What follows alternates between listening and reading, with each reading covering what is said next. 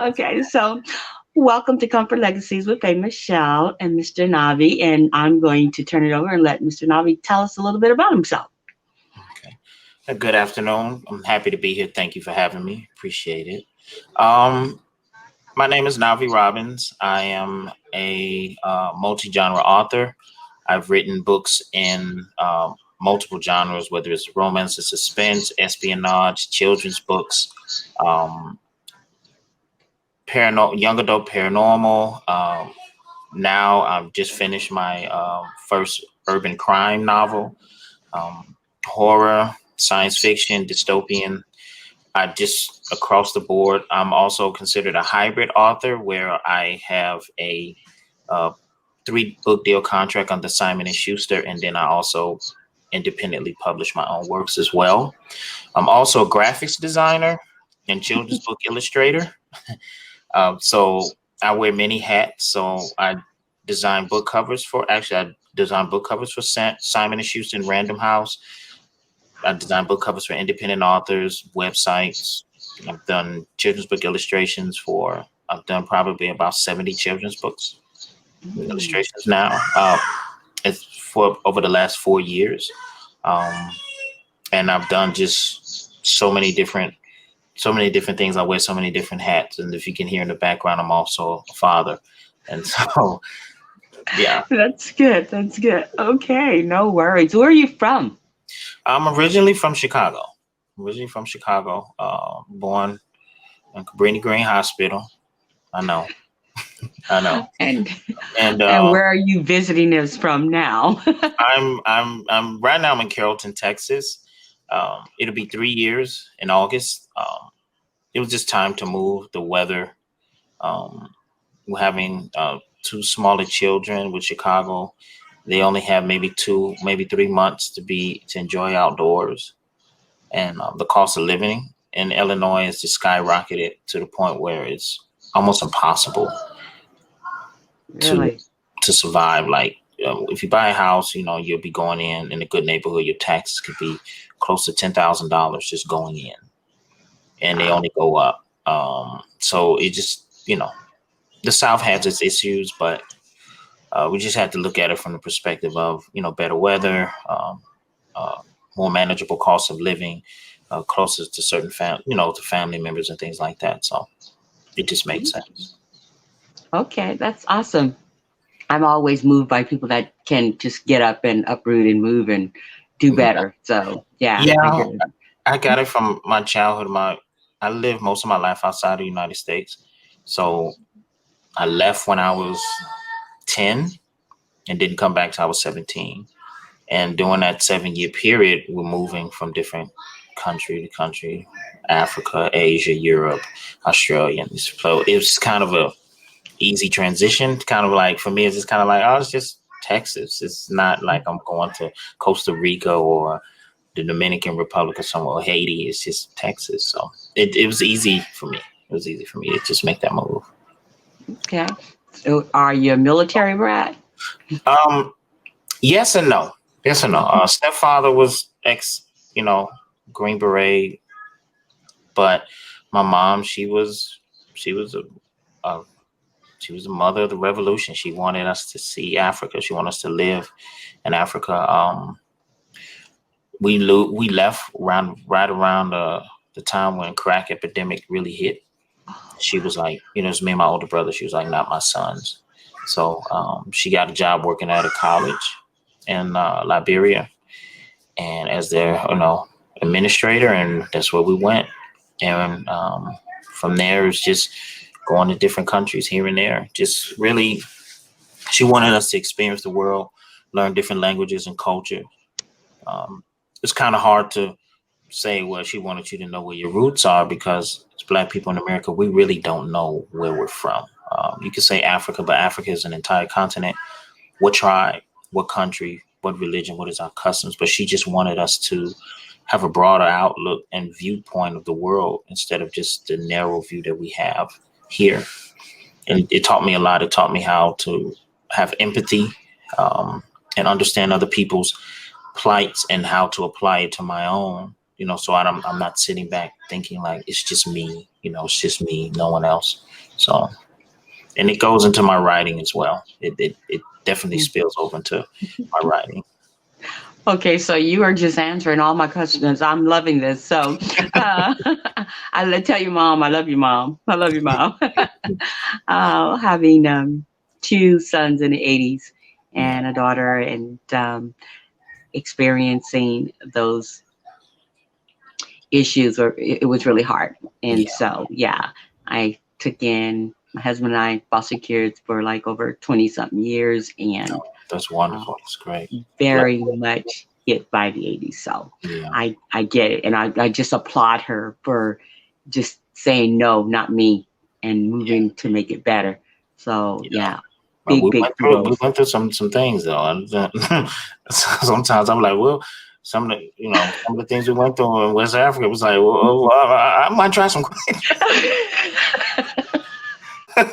It was we got caught in the Liberian Civil War, so we end up being prisoners of war for almost 3 years, which was that's an entirely different story. There's probably I'm gonna have you back, right?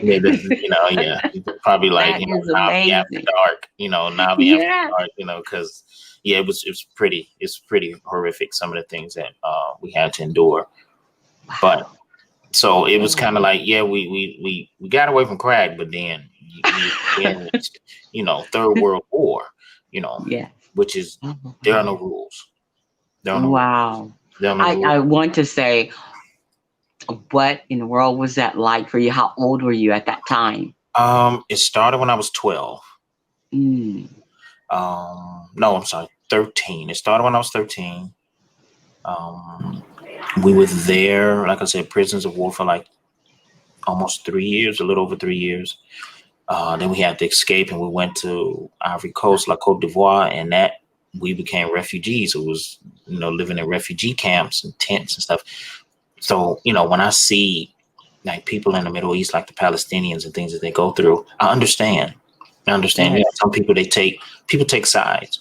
And for me, it's kind of like, I understand both sides of the equation, but when you look at the plight of the oppressed people, you can't expect for an oppressed people to behave in a manner that you deem to be quote unquote civilized, right? Like your back is up against the wall.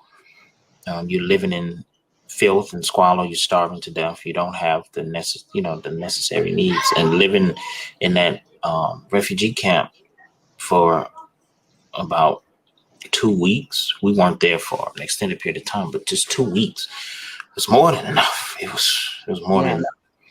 And then happened to go to the American embassy in Abidjan to try to convince them that we were American citizens because they stole all of our documentation. So that was tough. Wow, that is an amazing adventure already. So I can imagine. Okay, what was your first book? My first book that I wrote, actually I have it here, I'll show it up, was Walking Among the Shadows Awakening. This was a young adult paranormal.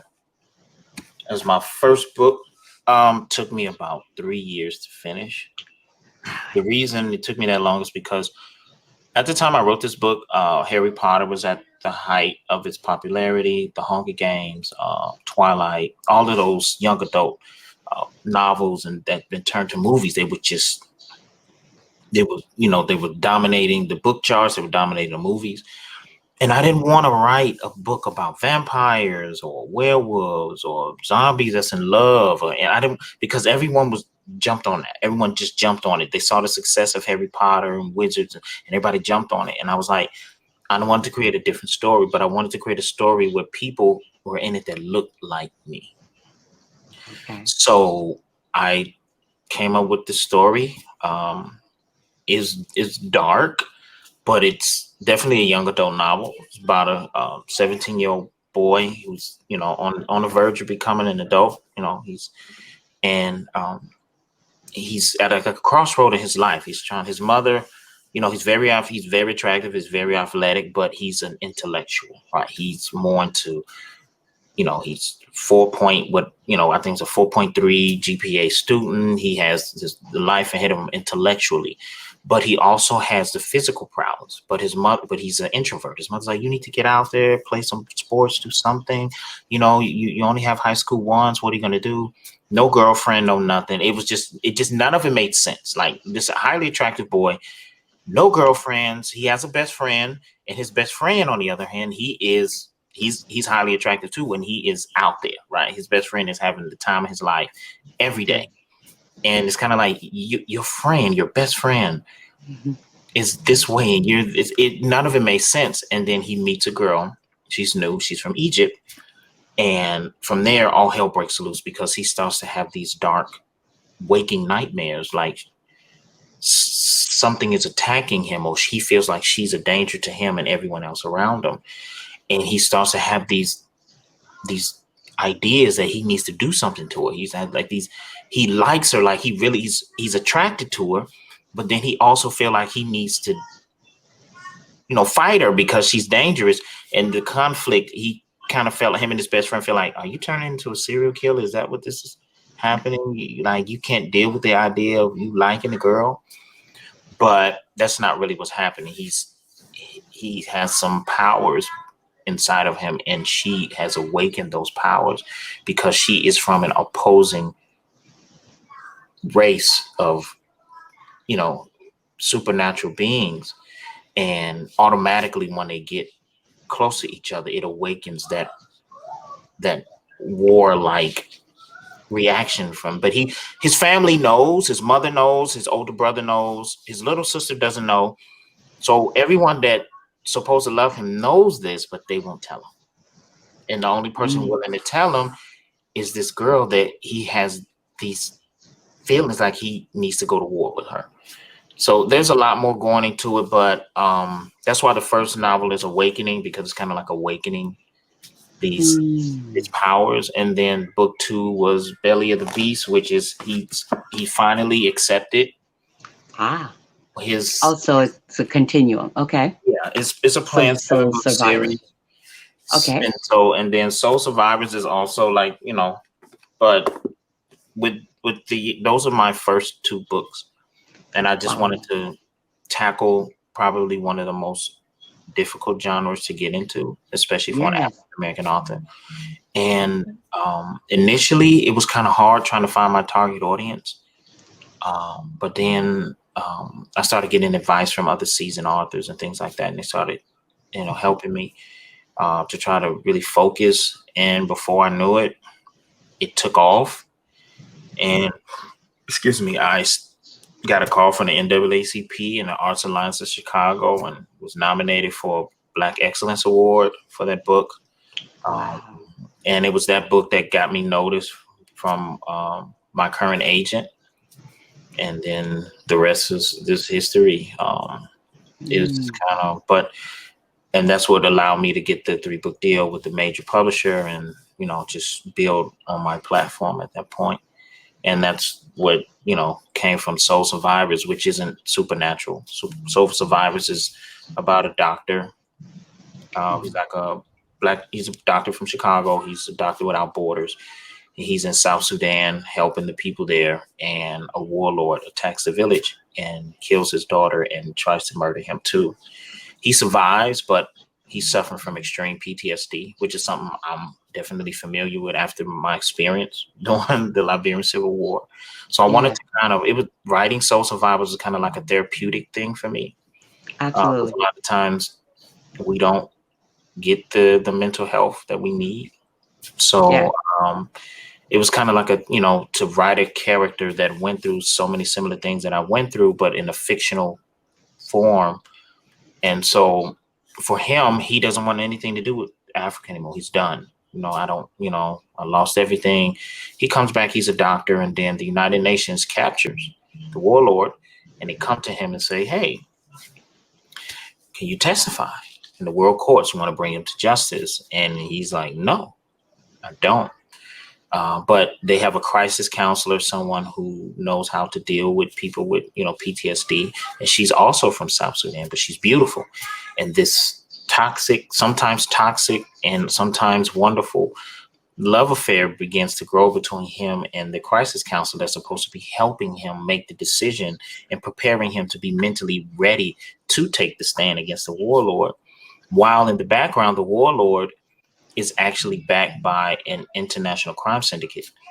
And they send an assassin, the world's most lethal assassin, to talk to the doctor to either bribe him or kill him to keep him from taking the stand.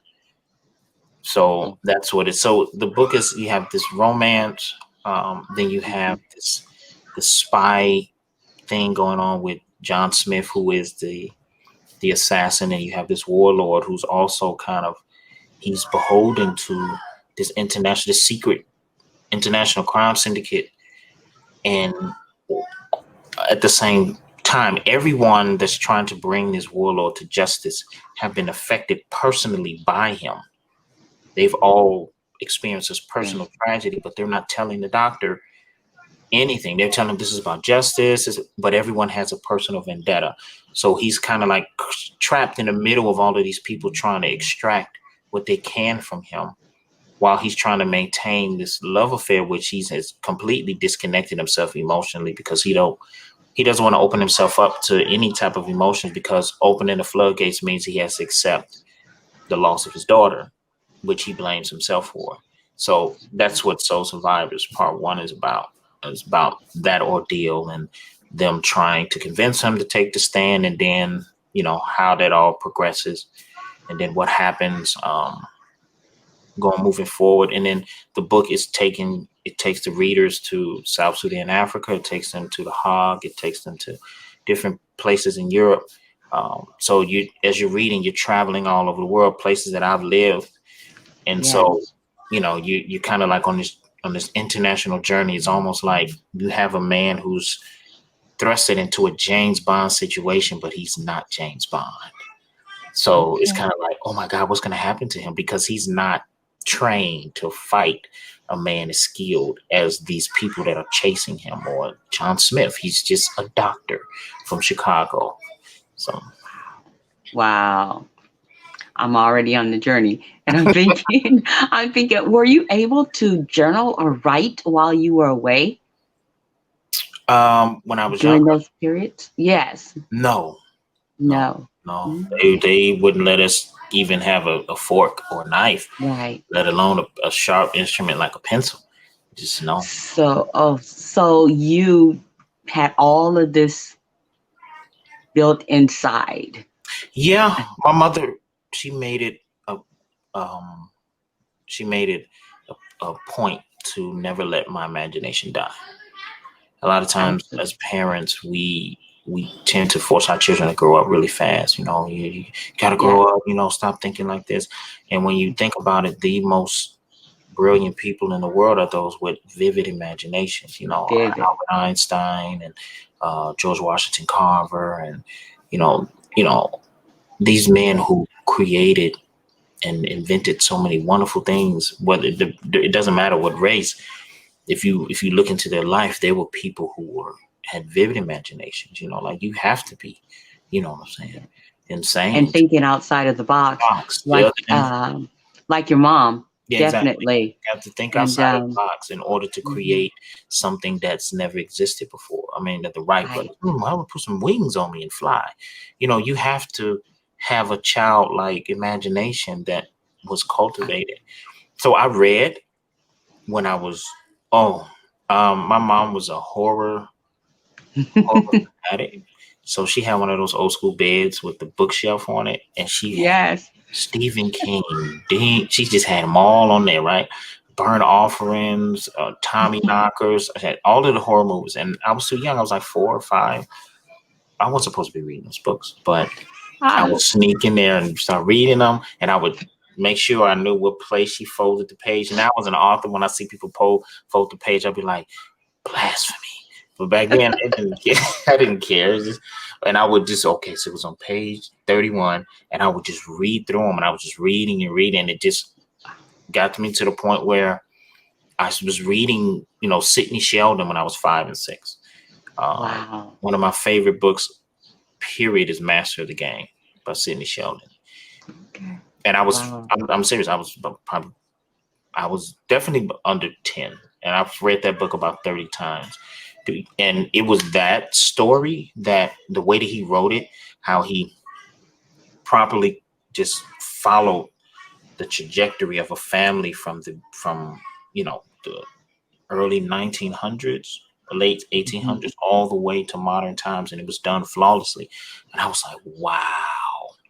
And then when you finally get to the end of the story, everything comes full circle. It was just like a complete chronicle of just this family. And yeah, it was amazing. It was like from there, I just started reading. I was just going through everything. I was even reading the Monkey Saga by Wu Qing An from China. Just reading, just reading. I just kept this. Oh my goodness. I would just, everybody else would be watching television and everything else, and I'm just. My goodness. So and that was a good time too, because we didn't have the distraction of internet and things like that as well. When did you start reading? Self-taught, mom, early preschool. Early preschool, but mostly my mom. I was reading like Ramona Quimby books when I was like 3 or 4. And by the time I was pushing 5, I was reading full length novels. She taught me, we had these shelves full of encyclopedias and dictionaries. Yes. And I would read, and she would say, if you don't know what that word is, go get the dictionary and find out what it was. And it did help me as an author with my wordplay as well. So I'm able to use, words and not repeat the same thing. Absolutely. And then it also taught me you don't have to use big words to sound smart. You just have to use effective words. So yeah, I started early. It was. Yes, I have a 4-year-old that can read. Yeah, just very fluent, and so he's he's very good. So that's why I asked. I was like, okay, when did you start? Because and he helped me co-author my the children's books. So how did yes, he's my editor. Hey, mommy, that ain't right. What are you doing? Yeah, that's not right. That is exactly his word. That is not right. And she is not right in there. This is the wrong character. I was like, okay, you need to write your own. You don't need to be a co-author.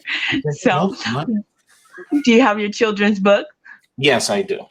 So this is the one that I wrote with my son. Well, my son wrote it. Cars and Cucuy. What's it called? Cars and Cucuy. My 2 youngest children are their mother's Puerto Rican. So they speak, English and a little Spanish. They speak English mostly. But this came from, because my son loved cars. He loved toy cars. This is his favorite thing. And when they were younger, Cucuy means boogeyman. That's what it means, like scary. And him and his little sister Aiden, they just Cucuy. Everything is Cucuy, right? And so I was like, Aiden, you want to write a book? Daddy will draw the pictures and everything, and you write stories. He said, yes. I said, what's the name? He said, Cars and Cucuy. And I was like, what? Cars and Cucuy.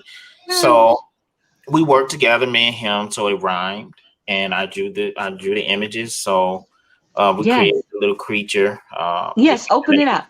The creature's name is Blue. And the story is about how the creature's under his bed. I gave him, as his father, 10 cards as a gift. And the creature wants to be his friend, but it's under the bed taking each card every night. Another card is missing. And so so I kind of like pictures of the creature right here. I'm sorry, can you see it? Yeah, you good. Oh, okay. So so you have to send me one. Absolutely. You're gonna have to send me all your books.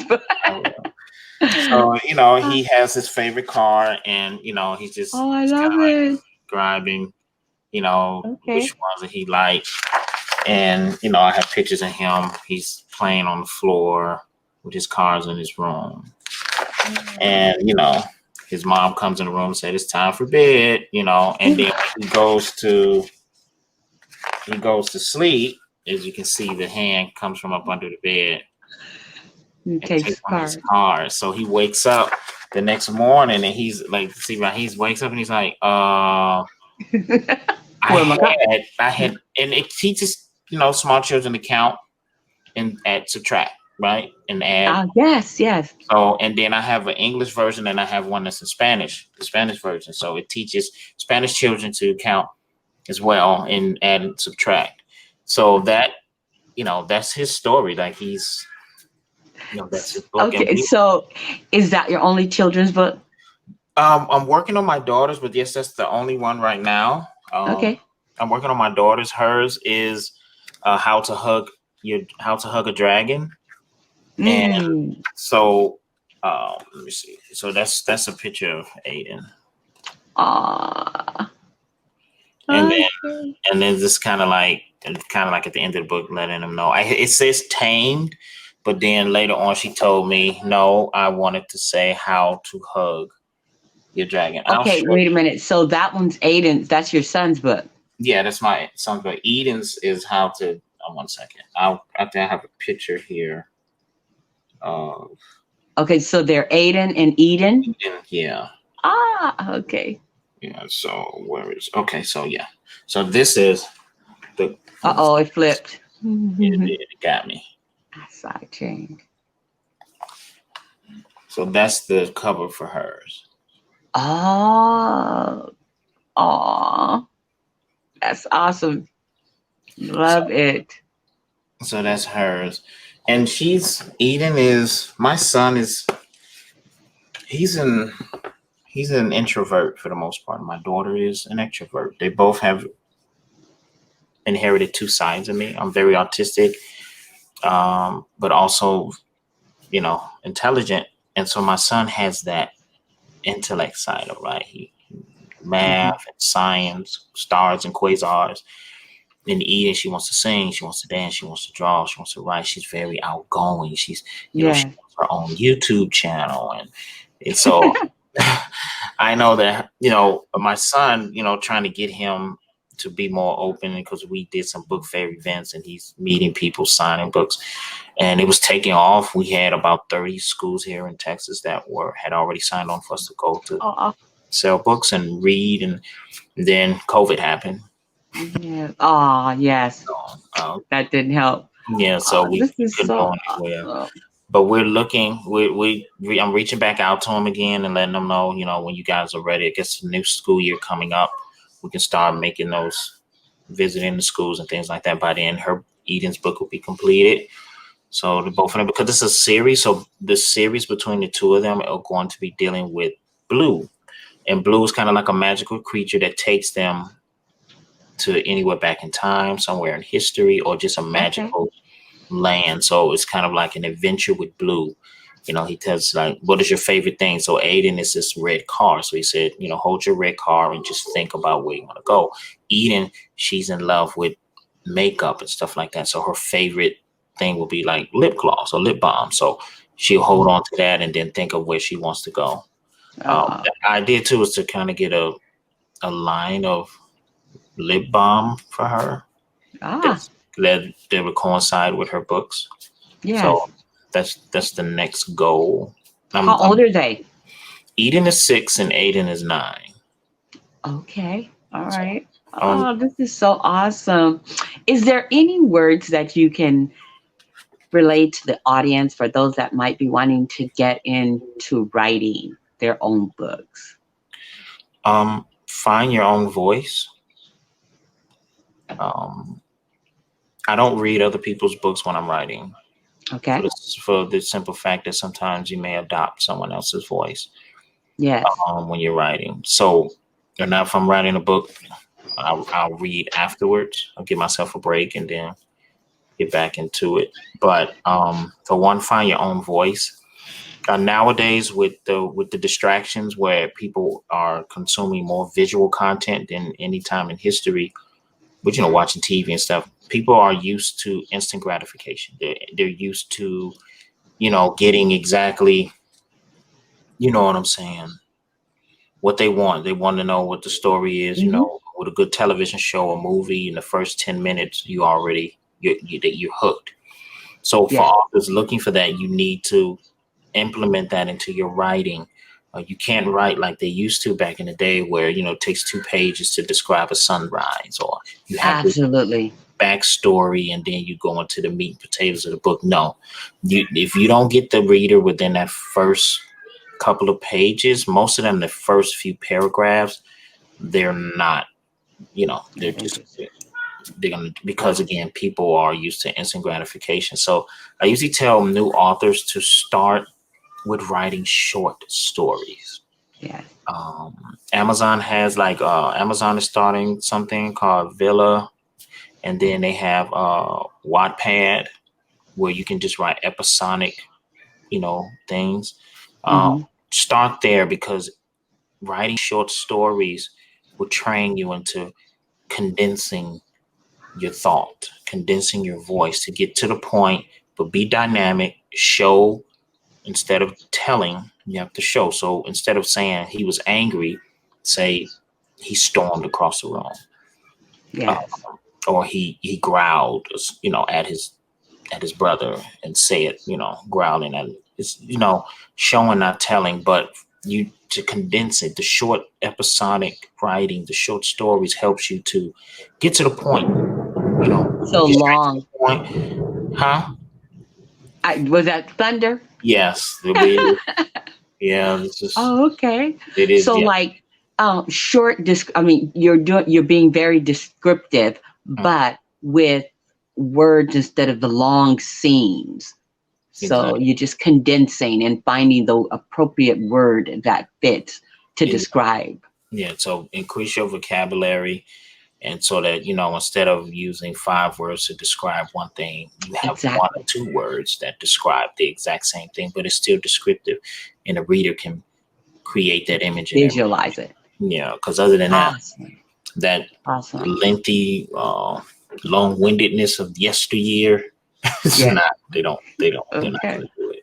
Wow, that's amazing. Well, I've enjoyed it so much. I mean, there's so much with you. I feel like we should have had 4 or 5 little segments, because there's so much to discuss. And that self-publishing aspect of it, and you are a hybrid, and you're a designer, and you just do it all. So you do your own illustrations. Yeah, I do mine, and for other authors too. Okay. So, this is amazing. Thank you. I have my portfolio. It is extensive. I started doing graphics design and illustrations because I wanted to provide a service that can allow Black authors to compete. Because a lot of times, we don't. Sometimes the quality of our book covers or the illustrations that we have doesn't compete. Like, you set your book next to a Disney cover or book, does it compete? And so I was like, I want us to all win. That was the purpose of it. All business owner, you want to make money, but at the same time, I love being an author, and I love people who create. And I'm like, I want us to win. I want as many of us to win as possible. So. Well, I'm going to have to bid you goodbye and say thank you for being here with us today. I appreciate it so much. It was just such a wealth of knowledge, and I just feel shameful that we have to end it here. It's okay. I really enjoyed this. Thank you. Thank you. You're welcome.